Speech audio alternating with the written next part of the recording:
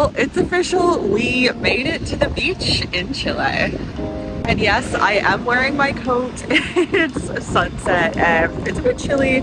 It is the end of October, so not quite summer yet, but it's spring here.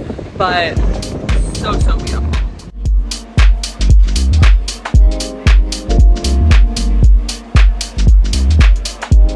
I know these waves don't look huge, but they are massive. I have never seen waves this size.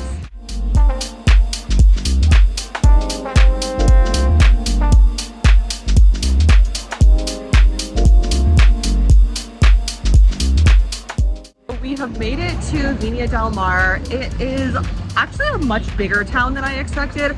I was thinking it, I guess, was similar to Reñaca, which is where we're staying, and that is just a very small town, basically just the beach, one or two main streets with businesses on it. But this is like a full-on town. There's a mall, there's an H&M, so we'll do some exploring here today. And then there's also Valparaiso, which is further on, so it's kind of these three areas in one as far as I know. But this is a lot bigger than I was expecting.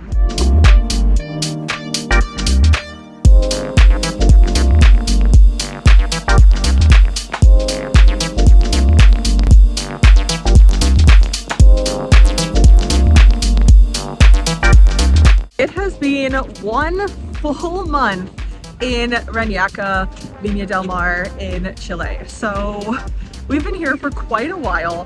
Our apartment, our Airbnb, was 2 streets from the beach, so we got to walk this view every single day. It was beautiful. However, I will say a little bit boring. This is the main strip right here. If you come for the weekend or even 1 week, it's a really great place to relax, has nice restaurants right on the beach here. It's really chill vibes, but to be here for 1 whole month is a little bit too long in my opinion. So this is Reñaca. This is the main beach area. This whole strip here is the beach. And then you can take a bus. It's a 5-minute bus ride and you can go down to Viña del Mar, which is where, for the most part, everything is happening. There are malls, there's an H&M, so there's things happening, whereas here, this is just very small town beach vibes. I would recommend it, but honestly, I would only recommend it for a weekend, maybe 1 week, and then time to head on to the next place.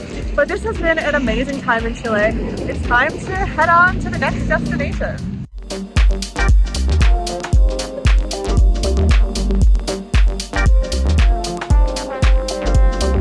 Here is the beach. It is a really nice beach, but a little bit cold. Right now it is the end of November and the waves are huge. It's important to note that. The waves are really big, but it's the end of November and there have not been any people that I've seen in the water, maybe 1 or 2.